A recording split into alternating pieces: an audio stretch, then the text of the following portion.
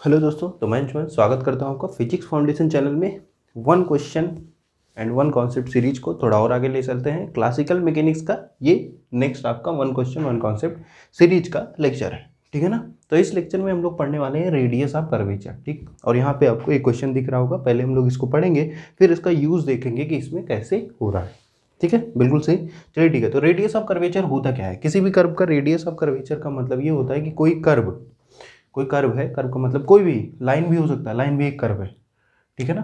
कोई कर्व है, मान लीजिए ऐसा है, ठीक। तो यहाँ पे देखिए, यहाँ पे भी कुछ इसका कुछ मुड़ा हुआ है, यहाँ पे भी मुड़ा हुआ है, ठीक है। तो हर एक पॉइंट पे अगर मैं एक सर्कल बनाऊँ यहाँ पे, ठीक है ना, यहाँ पे एक सर्कल बना दूँ, यहाँ पे सर्कल, तो इस पॉइंट पे, हर एक पॉइंट पे इसका रेडियस क्या है इस सर्कल का, ठीक है ना। किसी कर्व पे, किसी एक पॉइंट पे अगर हम सर्कल बना दें तो उस सर्कल का रेडियस क्या होता है उस पॉइंट पे, ठीक है ना। उसी को हम लोग कहते हैं रेडियस ऑफ कर्वेचर। बिल्कुल सही। इसका यूज आपको ईएमटी में भी, इलेक्ट्रोमैग्नेटिक थ्योरी जो है आपकी, उसमें भी देखने को मिलेगा, ठीक है ना, कि चार्ज का डिस्ट्रीब्यूशन रेडियस ऑफ कर्वेचर के हिसाब से भी होता है, ठीक। Sigma is directly proportional to 1/r हम लोग लिखते हैं कि रेडियस ऑफ कर्वेचर अगर ज़्यादा है तो वहाँ पे सिग्मा मतलब कि जो सरफेस चार्ज डेंसिटी है वो कम होगी, ठीक है। अगर रेडियस ऑफ कर्वेचर कम है तो सरफेस चार्ज डेंसिटी ज़्यादा होगी, ठीक है। तो वहाँ पे भी आपको इसका यूज़ देखने को मिलेगा। तो इसका एक सीधा सिंपल सा फार्मूला होता है जिसको आप लोग याद भी रख सकते हो कि रेडियस ऑफ कर्वेचर किसी भी कर्व का जिसका हमें इक्वेशन पता हो, ठीक है, तो वो निकालते हैं हम लोग कैसे। देखिए, आर इक्वल्स टू फार्मूला है 1 + dy/dx का whole square to the power 3/2 divided by d2y/dx square, ठीक है ना। तो y क्या है?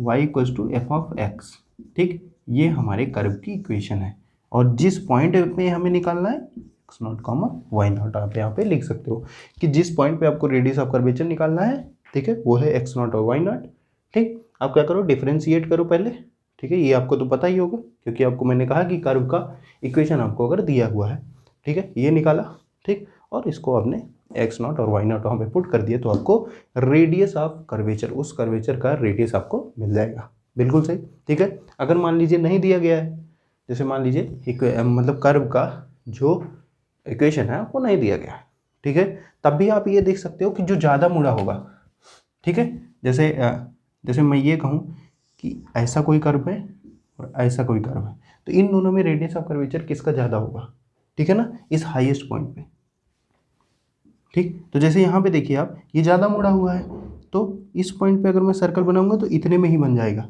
ठीक है। लेकिन इस पॉइंट पे जहाँ पे कम मुड़ा हुआ है तो वहाँ पे सर्कल ज़्यादा बड़ा बनेगा, मतलब इसका रेडियस ऑफ कर्वेचर ज़्यादा होगा, इसका कम होगा। तो आप ऐसे भी जज कर सकते हो, ठीक है ना, देख के भी। बिल्कुल सही। और अगर आपको इक्वेशन ऑफ लाइन दिया गया है या इक्वेशन ऑफ कर्व दिया गया है, देन आपको सीधा सीधा ये वाला फार्मूला यूज कर देना है और आपको बता देना है कि रेडियस ऑफ कर्वेचर कैसा होगा। बिल्कुल सही, ठीक है ना। तो ऐसे आपको ईएमटी में सीधे सीधे क्वेश्चन भी पूछ सकता है कि अलग अलग रेडियस ऑफ कर्वेचर मतलब कि अलग अलग कर्व दे दिए गए, ठीक, उसकी इक्वेशन दे दी गई।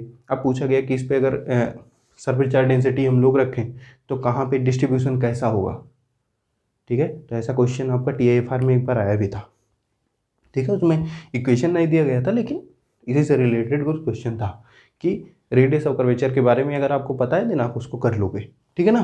तो यहाँ पे देखिए, तो क्वेश्चन यहाँ पे है कि ये आपको समझ में आया। अब देखिए क्वेश्चन है कि पार्टिकल ऑफ मास है मूविंग अलोंग द वायर, ये वायर है कोई, ठीक। उसकी इक्वेशन आपको दे दी गई है y = α(x²), ठीक है ना।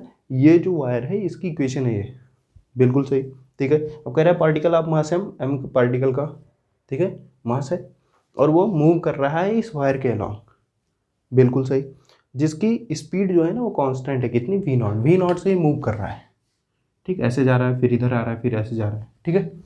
अब क्या कह रहे हैं, find the radius of curvature at x = 0 और y = 0। रेडियस ऑफ कर्वेचर निकालना है यहाँ पे इस पॉइंट पे जब वो सबसे लोएस्ट पॉइंट पे होगा, ठीक है ना। ये लोएस्ट पॉइंट क्या है, 0,0। इस पे आपको रेडियस ऑफ कर्वेचर निकाल देना ना, क्योंकि यहाँ पे क्या होगा, एक सर्कल टाइप का बनेगा ऐसा, ठीक है ना। तो इसी का रेडियस आपको ये r, ये जो रेडियस है ये आपको निकाल देना है, बिल्कुल सही, ठीक है। रेडियस ऑफ कर्वेचर यहाँ से निकल जाएगा क्योंकि हमारे पास फार्मूला है और यहाँ पे क्या है, जो जिस लाइन के अलॉन्ग ये मास मूव कर रहा है उसका इक्वेशन भी दिया गया है, बिल्कुल सही। चलिए ठीक है, और क्या कह रहा है कि नॉर्मल रिएक्शन भी आपको निकालना है इसी पॉइंट पे, ठीक है। जैसे कोई बीड आया या कोई पार्टिकल है, बीड मतलब आप समझ रहे हो ना, मोती, जैसे कोई वायर है उस पर कोई मोती या कोई पार्टिकल ऐसे लपेटा हुआ है, वो नीचे की तरफ मूव कर रहा है, ठीक है।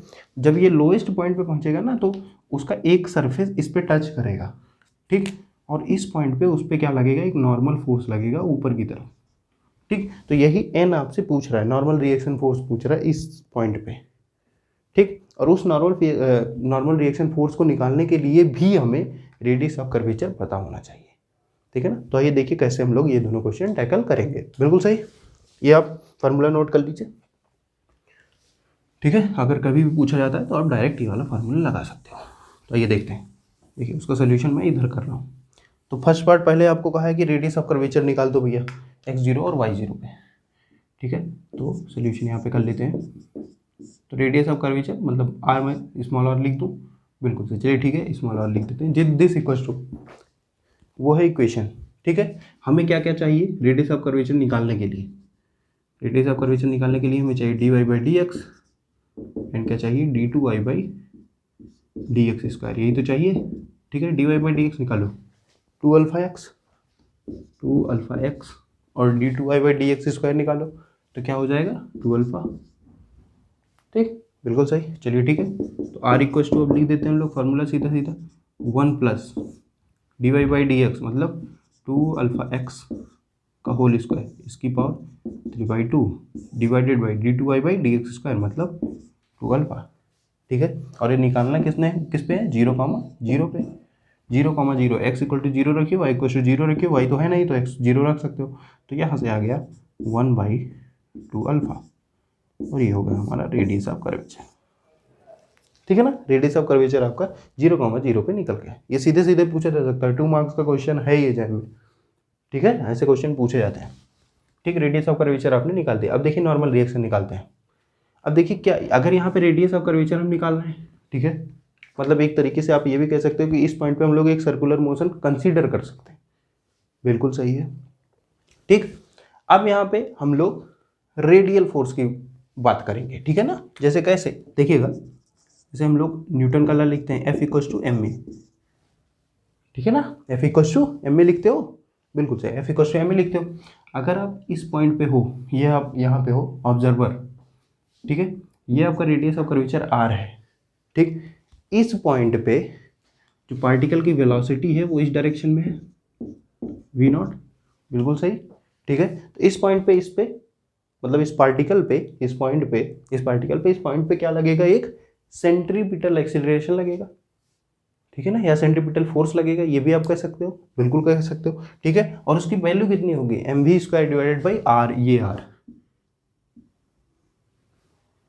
ठीक है, बिल्कुल सही। चलिए ठीक है, तो लगा देते हैं F इक्वल्स टू ma लगाएंगे, तो यहाँ पे लगाना पड़ेगा F रेडियल फोर्स, ठीक है ना। रेडियल फोर्स मतलब रेडियल कोऑर्डिनेट या r कैप की डायरेक्शन में लग रहा है, बिल्कुल सही। FR इक्वल्स टू MAR कह सकते हो, हाँ बिल्कुल कह सकते हो। तो F ऑफ R, अब हमें लिखना है कि रेडियल फोर्सेस कितने लग रहे हैं, फिर उसके बाद हम लोग यहाँ पे ये जो रेडियल एक्सेलरेशन है, जिसको हम लोग यहाँ पे सेंट्रीपिटल एक्सेलरेशन भी कह रहे हैं, उसका यहाँ पे लिखेंगे, ठीक है, बिल्कुल सही। चलिए ठीक है, अब यहाँ पे देखिए, और यहाँ पे जो रेडियल एक्सेलरेशन है ना, उसमें जैसे क्या लिखा जाता है, रेडियल एक्सेलरेशन हम लोग लिखते हैं, हाँ क्या लिखते हैं, देखिए हम वहाँ पे रेडियल एक्सेलरेशन लिखते हैं AR इक्वल्स टू, किसी जनरल केस के लिए, ठीक है, लिखते हैं R minus R theta dot का स्क्वायर, ये तो लिखते हैं, ऐसे लिखते हैं भैया, R minus R theta dot का स्क्वायर, ठीक। अब R हमारा क्या है, R हमारा क्या है, रेडियस ऑफ कर्वेचर यहाँ पे ले रहे हैं, तो R हमारा क्या है, यहाँ पे कांस्टेंट है, उसका अगर डबल डेरिवेटिव ले रहे हो तो ये तो 0 हो जाएगा ना, ठीक। तो A ऑफ R हमारा सीधे ही आ जाएगा minus R theta dot square, ठीक है। तो हम वो यहाँ पे यूज कर सकते हैं, बिल्कुल सही यूज कर सकते हैं। अब देखिए F ऑफ R मतलब और कितने एक्सटर्नल फोर्सेस लग रहे हैं उसको हमने लिखने हैं, ठीक है ना। तो एक्सटर्नल फोर्सेस कौन कौन से, एक तो mg लग रहा है यहाँ पे, ठीक है ना, मास m है यहाँ पे, mg नीचे लगेगा, ठीक। और एक नॉर्मल रिएक्शन फोर्स जो हमें निकालना है वो ऊपर की डायरेक्शन में लग रहा है, ठीक है। तो हम लोग ये कंसीडर कर रहे हैं जो ऊपर वाली डायरेक्शन में है फोर्सेस, उसको ले रहे हैं निगेटिव, ठीक है ना, टुवर्ड्स दी सेंटर लग रहा है ना, ये देखो नॉर्मल रिएक्शन किधर लग रहा है, टुवर्ड्स दी सेंटर, तो टुवर्ड्स दी सेंटर वाले फोर्सेस को हम लोग निगेटिव लिखते हैं। ठीक है, तो लिखते हैं देखो -n + mg this equal to -m, minus मैंने बाहर ले लिया क्योंकि यही हमें लिखना है। ठीक है, और थीटा डॉट का मतलब हो गया ओमेगा। ठीक है, और ओमेगा को हम लोग लिखते हैं कैसे, ओमेगा को हम लोग लिखते हैं v/r, ये भी तो लिख सकते हो, या v equal to R omega लिखते हो, ये भी तो लिख सकते हो ना, बिल्कुल लिख सकते हो, तो ये लिख देते हैं। तो आइए देखिए, तो यहाँ पे लिखते हैं हम लोग v हमें पता है क्योंकि, ठीक है, तो यहाँ पे लिख देते हैं v0² डिवाइडेड बाई आर। ठीक है ना, v0² डिवाइडेड बाई आर क्यों लिखा, क्योंकि r से r यहाँ पे कैंसिल हो जाएगा। ठीक है, ये लिख दिया, बिल्कुल सही, यहाँ तक समझ में आया। अब यहाँ से हम लोग लिख सकते हैं n इक्वस टू n को उधर ले जाइए, इसको इधर ले जाइए, तो क्या हो जाएगा, n equals to m v0² डिवाइडेड बाई r प्लस mg। ठीक, और r यहाँ पे क्या है, रेडियस ऑफ कर्वेचर, तो रेडियस ऑफ कर्वेचर हमने निकाल रखा है 1/2 अल्फा, तो यहाँ पे 1/2 अल्फा रख देंगे, तो दिस इक्वल्स टू n मतलब normal reaction equals to m v0² और 1/2 अल्फा यहाँ पे रखोगे तो 2 अल्फा ऊपर आ जाएगा, तो यहाँ पे 2 अल्फा भी लिख सकते हो, 2 alpha m v0² plus mg, या इसी को हम लोग और सिंप्लीफाई थोड़ा करके लिखते हैं, मतलब जो ऑप्शंस में दिया रहता है वो दिया रहेगा m 2 alpha v0² plus g।